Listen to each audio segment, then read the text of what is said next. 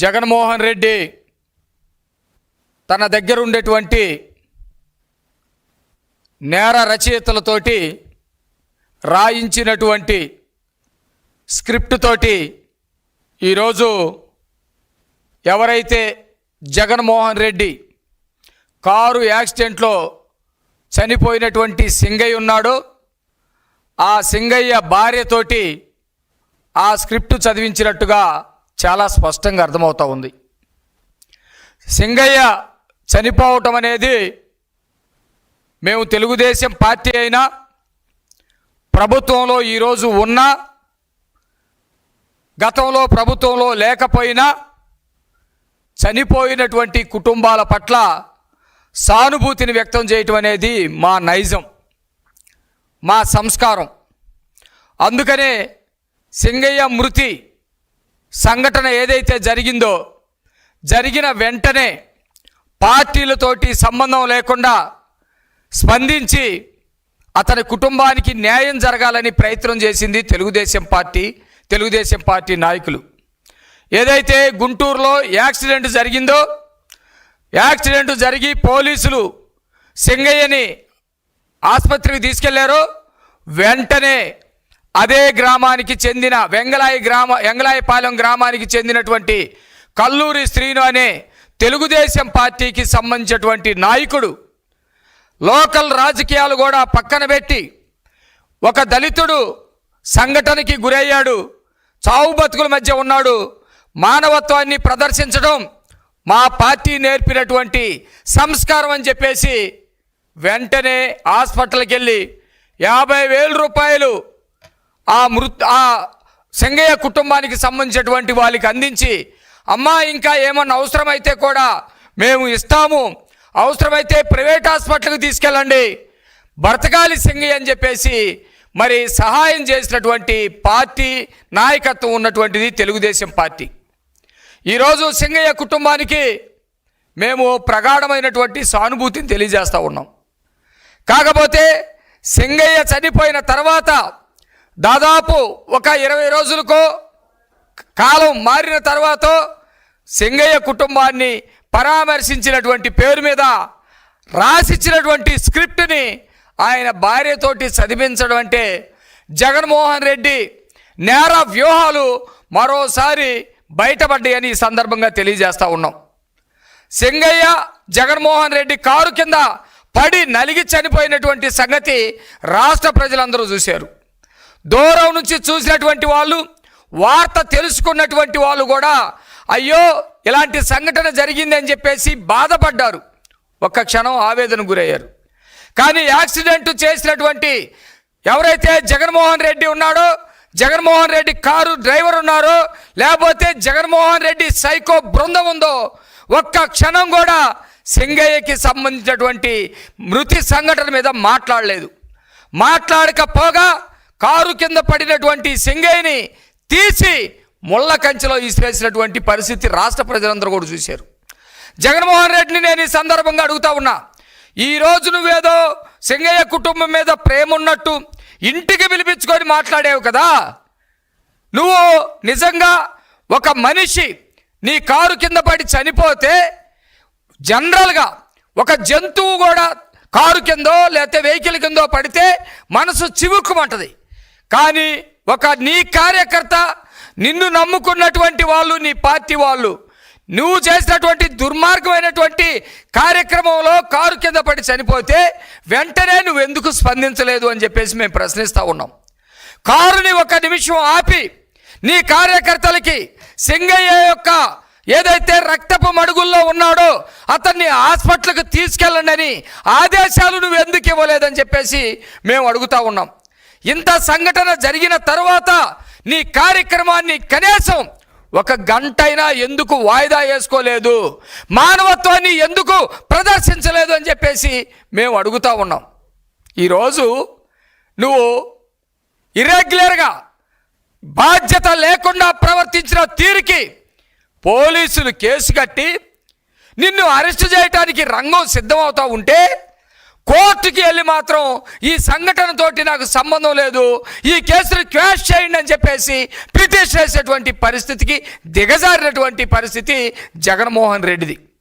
ఈరోజు Singayya భార్యతోటి press meet పెట్టించి, నేను ఇందాక చెప్పాను కదా, నేర రచయితలు తన పత్రిక దగ్గర తన టీవీలో ఉన్నటువంటి వాళ్ళు అతనికి రెగ్యులర్గా రాసిచ్చేటువంటి వాళ్ళ చేత రాయించారు. ఆమె మాట్లాడుతుంది, లోకేష్ గారు మనుషులను పంపించారు మా దగ్గరికి అని. లోకేష్ గారు మనుషులను పంపిస్తే తప్పేంటి? జగన్మోహన్ రెడ్డి నీకు అర్థం కాదా? ఒక ప్రభుత్వంలో ఉన్నటువంటి మంత్రి స్థానంలో లోకేష్ గారు ఉన్నారు, ఒక మానవత్వం ఉన్నటువంటి నాయకుడుగా లోకేష్ గారు ఉన్నారు. ఎన్నికలప్పుడు మాత్రమే మేము ఎన్నికలు చూస్తాం, రాజకీయాలు చూస్తాం. ఎన్నికలు అయిపోయిన తర్వాత ఆంధ్రప్రదేశ్లో ఏ చిన్న సంఘటన జరగకుండా చూసుకోవాల్సినటువంటి బాధ్యత ప్రభుత్వం మీద ఉంది, నాయకుల మీద ఉంది. అందుకనే నీ పార్టీకి సంబంధించినటువంటి కార్యకర్త అయినప్పటికీ కూడా ప్రభుత్వంలో ఉన్నటువంటి లోకేష్ గారు చనిపోయిన వెంటనే ఆ కుటుంబాన్ని పరామర్శించండి, ఏదైనా సహాయం కావాలేమో అందించండి అని చెప్పేసి పంపిస్తే దాన్ని తప్పులాగా చూపించేటువంటి ప్రయత్నం నీ స్క్రిప్ట్లో రాసిస్తే ఆ తల్లి మాట్లాడలేక నీళ్ళు నములుతూ ఉంది. పక్కనే ఉండి గిల్లుతూ ఉన్నారు. లోకేష్ వచ్చాడు, ఏదో బొమ్మలు బెదిరించాడని చెప్పు అని చెప్పేసి పక్క నుండి గిల్లుతూ ఉన్నారు. అయినా కూడా మా అబద్ధం చెప్పలేకపోతా ఉంది. లోకేష్ గారు మనుషులు పంపించారండి, ఏదన్నా సహాయం కావాలా అని అడిగారండి అని ఆమె చెబుతూ ఉంటే, కాదు బెదిరించారని చెప్పి చెబుతూ ఉన్నారు. ఎంతకాలం జగన్మోహన్ రెడ్డి నీకు ఇట్లాంటి నీచ రాజకీయాలని చెప్పేసి మేము అడుగుతూ ఉన్నాం. ఆమె చేత మీరు స్క్రిప్ట్లో రాయించింది ఏంటంటే, మా ఆయనకి చాలా చిన్న దెబ్బలు తగిలినటువంటి మనిషి ఎట్లా చనిపోయాడో మాకు అర్థం కావట్లేదని ఒక నేర వ్యూహాన్ని రచించేటువంటి వ్యాఖ్యలు మీరు రాయించారు. అంటే మా ఆయనకి చిన్న దెబ్బలు తగిలిని, మా కార్యకర్తలు తీసుకొని వెళ్తానన్నా కూడా తీసుకెళ్ళనీయలేదు, పోలీసులే తీసుకెళ్లారు. అంటే ఎంత నేర వ్యూహం ఉందో చూడండి. పోలీసులు ఏదో చేశారు అనేది మీరు ప్రపంచానికి చూపించాలనుకున్నారు. మా కార్యకర్తలు తీసుకెళ్తానన్నా వారించారు అని ఒక తప్పుడు సమాచారాన్ని ఇవ్వాలని చూశారు. ఈ రెండిటిని కోర్టులో సాక్ష్యాలుగా మలుచుకోవాలనే ప్రయత్నం చేస్తూ ఉన్నారు. ఇది రాష్ట్ర ప్రజలు గమనించలేని అనుకుంటున్నారా? జగన్మోహన్ రెడ్డి నువ్వు ఎంత దుర్మార్గుడువో రాష్ట్ర ప్రజలందరికీ తెలుసు. 2019లో మీ బాబాయ్ హత్య జరిగినప్పుడు రాష్ట్రం మొత్తం కూడా ఉలిక్కిపడింది. అయ్యో వివేకానంద రెడ్డి గారు గుండెపోతాడు, చనిపోయాడా? ఎందుకు చనిపోయాడు? ఆయన ఆరోగ్యంగానే ఉన్నాడు కదా అని చెప్పేసి అందరూ అనుకుంటా ఉన్నారు వార్తలు చూసి. కానీ అది గుండెపోటు కాదు, అది గొడ్డలి పోటుతో పాటు గుణపంతో పోటు, కత్తితో పోటు, కమోడుకి గుద్దటం లాంటి దెబ్బలు తగిలించడం, రక్తపు మడుగుల్లో ఉండటం, ఇవన్నీ కూడా రాష్ట్రానికి దేశానికి తెలియకముందే తెలిసినటువంటి వ్యక్తివి నువ్వు. ఇంత తెలిసినటువంటి మనిషి శవం దగ్గరికి వెళ్ళి అసలు ఏమి తెలియనట్టు ఉండగలుగుతాడా? ఎవ్వడి వల్ల సాధ్యం కాదు. రక్తం పంచిచ్చినటువంటి తండ్రి తమ్ముడు అత్యంత దారుణ మారణ కాండకి గురైపోయి చనిపోయి రక్తపు మడుగుల్లో ఉంటే ఆ ప్రణాళికలో నువ్వు భాగస్వాముడు అయ్యుండి నీ టీవీలో ఏమీ జరగలేదు గుండెపోటు అని చెప్పిస్తే సునీతమ్మ గారు వచ్చి ఇది పోస్ట్ మార్టం చేయాలని చెప్పినప్పుడు మళ్ళీ ఒక్కసారిగా స్క్రీన్ మీద మొత్తం మార్చి చేసినటువంటి వ్యక్తివి నువ్వు. అదంతా కూడా తెలిసినటువంటి వ్యక్తివి. ఇంత తెలిసిన తర్వాత అనుకుందాం, ఆ రోజు రాష్ట్ర ప్రజలకు తెలియకపోవచ్చు, కానీ తర్వాత సిబిఐ చేసినటువంటి ఎంక్వైరీ ద్వారా, సిట్టు చేసినటువంటి ఎంక్వైరీ ద్వారా ఒక్కొక్కరు నేరాలు మొత్తం బయటకు వచ్చినటువంటి క్రమంలో మొత్తంలో జగన్మోహన్ రెడ్డి హస్తం ఉందా అని చెప్పేసి రాష్ట్ర ప్రజలందరూ నోటు మీద చేసుకున్నటువంటి పరిస్థితి తెలిసింది. అప్పుడు అనుకున్నారు, ఈ ఫోటో చూడండి ఒక్కసారి, ఇది 2019లో జగన్మోహన్ రెడ్డి సొంత బాబాయ్ వివేకానంద రెడ్డిని హత్య చేసినప్పుడు పరామర్శ పేరు మీద వచ్చాడు. ముఖంలో ఎక్కడైనా సరే నాకు రాత్రే ఈ విషయం తెలుసని కానీ, చంపటానికి కారణం నాది కూడా ఉందని కానీ, మా తమ్ముడే లేపేపించాడని కానీ, లేకపోతే తెలిసినట్టుగా నీ ముఖంలో ఎక్కడైనా ఉందా? అమాయకంగా శవం వైపే చూస్తూ అత్యంత దిగులుగా ఉండి, అత్యంత వేదనభరితంగా ఉండి, ఎంత నటుడు అయ్యా నువ్వు, ఎవడి వల్లైనా చిరంజీవికి ఈ యాక్షన్ చేయగలుగుతాడా? కమల్ హాసన్కి ఇచ్చిన ఈ యాక్షన్ చేయగలుగుతాడా? రాత్రావు బాత్రూంలో వేసేయటం, పగలు తెల్లారేసరికి టీవీలో గుండెపోటు అని చెప్పించడం, తెలిసిన తర్వాత ఈ రక్తపు మడుగుల్లో ఉన్నటువంటి బాడీ దగ్గరికి వెళ్ళి అమాయకంగా చూడటమా? ఎవడైనా ఇట్లా చేయగలుగుతాడా? నువ్వు రాజకీయ నాయకుడు ఎట్లా అవుతావు? ఇంత చేసినోడివి మా సింగయ్య మీద నేరాలు వేయలేవయ్యా? మా సింగయ్య కుటుంబం ఏదో ఊరికట్ట తగిలితే చనిపోయిందని ఆయన భార్యతో నువ్వు చెప్పించలేవా జగన్మోహన్ రెడ్డి? ఈరోజు నువ్వు ప్రెస్ మీట్, ఆమె చేత ప్రెస్ మీట్ పెట్టించి నీ స్క్రిప్ట్ చదివించింది అదే కదా. అంతకంటే ముందే నీకు నేర వ్యూహాలు రచించడం తెలుసు కాబట్టి, అంతకంటే ముందే నీకు సంబంధించినటువంటి సోషల్ మీడియాలో ఈ ఫోటో పెట్టించావు. సింగయ్యకి యాక్సిడెంట్ జరగలేదు, అదేదో చిన్న చిన్న దెబ్బలు తగిలి ఆయన కాలు మీద కాలు వేసుకొని హాయిగా ఉన్నాడు అని. నీ కాన్వాయిలో దెబ్బలు తగిలినటువంటి ఒక వ్యక్తి ఆయన కాలు తిరగకో, లేకపోతే అటు ఇటు తిరిగేటప్పుడు కాలు మీద కాలు పడిందో, లేకపోతే ఆయన దొర్లుతూ ఉన్నాడో, వేదన చెందుతూ ఉన్నాడో, మరణంతో మృత్యుతోటి పోరాడుతూ ఉన్నాడో, ఆ బాధ ఈయనకి తెలుసు. నీ సైకో బ్యాచ్ ఏమని పెట్టింది? ప్రమాదం జరిగిన 30 నిమిషాల తర్వాత కూడా కాలుపై కాలు వేసుకొని మామూలుగా మాట్లాడుతున్న సింగయ్య అంటే రాజస్వాన్ని ప్రదర్శిస్తున్నాడా? జగన్మోహన్ రెడ్డి కారు ఎక్కేసింది నన్ను, అయినా నాకేం కాలేదు, నేను రాజుని. జగన్మోహన్ రెడ్డి కారు గుద్దటం వల్ల నాకు రక్తం కారిపోతా ఉంది, అయినా నేను పెద్ద గొప్పవాడిని, కాలు మీద కాలు వేసుకొని ఉన్నాను, నా దగ్గరికి మరణం చేరదు అని సింగయ్య అంటున్నట్టు పెడతారా? మీరు మనుషులేనా? మీరు అసలు మనుషులేనా? అతను అక్కడ కంఫర్ట్ ఏందో తెలియదు ఆయన పరిస్థితి. ఒక్కొక్కరు దెబ్బ తగిలినప్పుడు తల కింద కూడా చేయి పెట్టుకుంటాడు. తలకేమైనా దెబ్బ తగిలితే తల కింద చేయి పెట్టుకున్నటువంటి సింగయ్య అని రాస్తారా మీరు? ఇది మీ సైకో బ్యాచ్కి ఇచ్చినటువంటి, అప్పటికప్పుడు ఇచ్చిందని మేము అనుకోం. ఇలాంటివన్నిటిని కూడా సాక్ష్యాలుగా మలుచుకోవటానికి చేసినటువంటి ప్రయత్నం, ఇదొక సాక్ష్యంగా కోర్టులో చూపించడానికి ఈరోజు ఆ తల్లి చేత, సింగయ్య భార్య చేత మాట్లాడించినటువంటి విధానం చూస్తే మా ఆయనకి చిన్న దెబ్బలే తగిలినాయి, ఎట్లా చనిపోయాడు నాకే ఆశ్చర్యంగా ఉంది అని మీరు రాసిచ్చినటువంటి స్క్రిప్టు ఆమె చదివింది. అంటే పోలీసులు మార్గమధ్యంలో ఏదో చేశారు అనే అర్థం వచ్చేటట్టు చెప్పటం కోసం, అంటే ఇదొక ఎవిడెన్స్.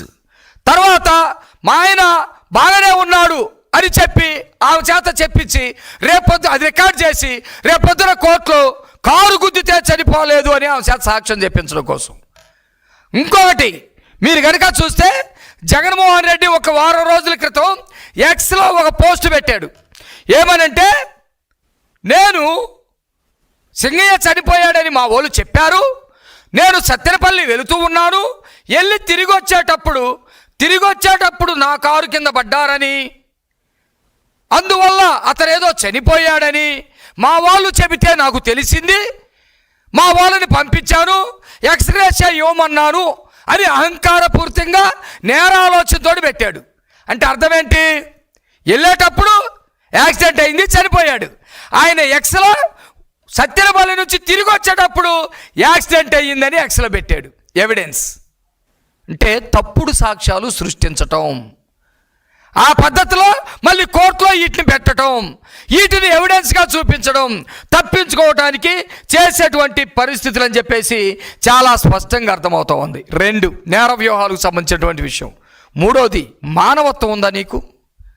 ఇందాకనే నేను చెప్పినట్టు ఒక మనిషికి దెబ్బ తగిలితే మీ వాళ్ళు తీసుకెళ్ళి ఎక్కడో పడేసినటువంటి పరిస్థితి ఉంది. ముళ్ళకంపల్లో పడేస్తే పోలీసు వాళ్ళు బాధ్యతగా తీసుకెళ్లారు. ఆ పోలీసులు కూడా అనుమానించేటట్టుగా నువ్వు ఈరోజు చేస్తూ ఉన్నావంటే ఇది చాలా దారుణమైనటువంటి సంఘటన. మేము ప్రభుత్వ పరంగా చెబుతూ ఉన్నాం, ఎప్పటికైనా సరే ఆ కుటుంబాన్ని ఆదుకోవటానికి ప్రభుత్వ పరంగా సిద్ధంగా ఉన్నాం. కానీ నువ్వు గతంలో కూడా రమ్యాని ఒక సైకో పొడిచినప్పుడు ఏమీ కాలేదు, వాళ్ళ మధ్య వేరే కేసులు ఉంటే వాళ్ళ పొడిచాడని చెప్పేసి నువ్వు ఆ పక్కనే ఎవరైతే మేరుగా నాగార్జున ఉన్నాడో నాగార్జున తోటి బాధితులను తీసుకొచ్చి నువ్వు ప్రెస్ మీట్ పెట్టించావు. రాజమండ్రిలో రేపు గురైనటువంటి కుటుంబానికి సంబంధించినటువంటి వాళ్ళు రేపు గురవటానికి మేము అలసత్వంగా ఉండటమే కారణమని ఆనాడు వాళ్ళ బాధ్యతలను తీసుకొచ్చి ఆ విధంగా చెప్పించావు. నీ ప్రభుత్వం ఉన్నప్పుడు అనేక మంది మీద దాడులు జరిగినాయి, హత్యలు జరిగినాయి, అత్యాచారాలు జరిగినాయి. దానిలో నీ కార్యకర్తలు వైసీపీ సైకో బ్యాచ్ ఉన్నప్పుడు నువ్వు బాధితుల్ని బెదిరించి నీకు అనుకూలమైనటువంటి స్టేట్మెంట్లు ఇప్పించుకున్నటువంటి చరిత్ర ఉంది. ఈరోజు కూడా ఇన్ని రోజుల తర్వాత నీ తప్పు వల్లే చనిపోయాడు కదా, నువ్వు చేసిన నిర్వాహకం వల్లే చనిపోయాడు కదా, నువ్వు చట్టవిరుద్ధంగా తీసుకునేటువంటి నిర్ణయాల వల్లే చనిపోయాడు కదా, నీ అహంకారం వల్లే కదా ఇసురు వేయబడ్డట్టుగా పడిపోయాడు, నీ అహంకారం వల్లే కదా నీ కార్యకర్తలు జై జైలు కొడతా నీ బండి మీద ఎగురుతా బండి కింద ఉన్నటువంటి మనిషిని కూడా పట్టించుకోకపోవటం. దళితుడు కాబట్టేనా? నువ్వు వెళ్ళి వాళ్ళ ఇంటికి వెళ్ళి ఎందుకు పరామర్శించలేదు? నా తప్పు అయిపోయిందమ్మా అని ఎందుకు మాట్లాడలేదు? ఇప్పుడేదో ₹1,00,00,000 డిమాండ్, 2 కోట్లు డిమాండ్ చేస్తూ ఉంటావు కదా, ఉత్తత్త డిమాండ్లు. 1,000 కోట్లకు అధిపతివి నువ్వు. ఊరుకొక ప్యాలెస్, లక్షల కోట్లు సంపాదించావు, తల్లులు చెల్లెలు ఆస్తులు కూడా దొబ్బేశావు. దళితుల మీద నీకు అంత ప్రేమ ఉంటే ఆ కుటుంబానికి ఒక 4 కోట్లు ఎందుకు ఇవ్వకూడదు?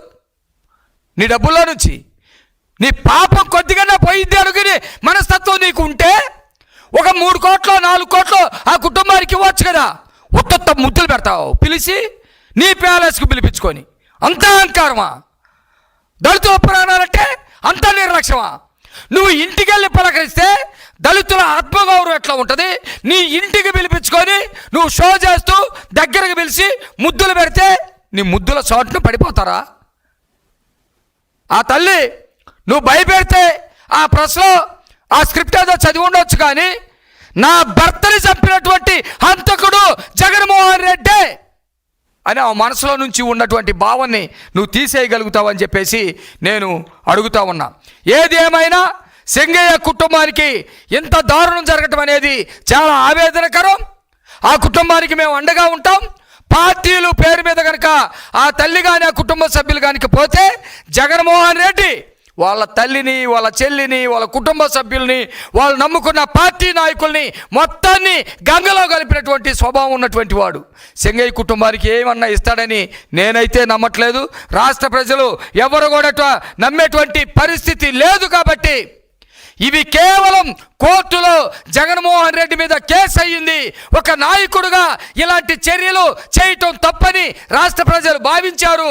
మానవత్వం లేని మృగంలాగా జగన్ వ్యవహరించాడని ఆయనకి అపకీర్తి వచ్చింది. కాబట్టి వాటి నుంచి బయటపడటానికి ఇన్ని రోజుల తర్వాత వాళ్ళ చేత ప్రెస్ మీట్ పెట్టించాడని మేము భావిస్తూ ఉన్నాం. ఎట్టి పరిస్థితుల్లో ఈ కేసులో నుండి జగన్మోహన్ రెడ్డి తప్పించుకోలేడు. అన్ని కేసులు కూడా చుట్టుముడుతూ ఉన్నాయి. సిబిఐ కానీ, ఈడీ కానీ, వివేక హత్య కేసులు కానీ, అధికారంలో ఉన్నప్పుడు అవినీతి కేసులు కానీ, అధికారం కోల్పోయిన తర్వాత గంజాయి బ్యాచ్ని పరామర్శించేటప్పుడు దాడులు, లేకపోతే పొదిలి సంఘటనలో రాళ్ళేపించేటువంటి కేసులు, ఇలాంటి కేసుల సింగయ్య ఘటన కేసు, ఇలాంటి అన్ని కేసులు ఉన్నాయి. మొత్తానికి జగన్మోహన్ రెడ్డి అంటేనే నేర వ్యూహ రాజకీయ నాయకుడు. అతన్ని ఒక ఉగ్రవాద సంస్థ, ఒక రాజకీయ పార్టీ కాదు. ఎట్టి పరిస్థితుల్లో జగన్మోహన్ రెడ్డి ఇండైరెక్ట్గానైనా సరే చంపినటువంటి పాపం జగన్మోహన్ రెడ్డికి తగలకపోదని చెప్పేసి కోరుకుంటూ ఇదంతా కూడా నేర వ్యూహంలో భాగమేనని తెలియజేస్తూ ఉన్నాం.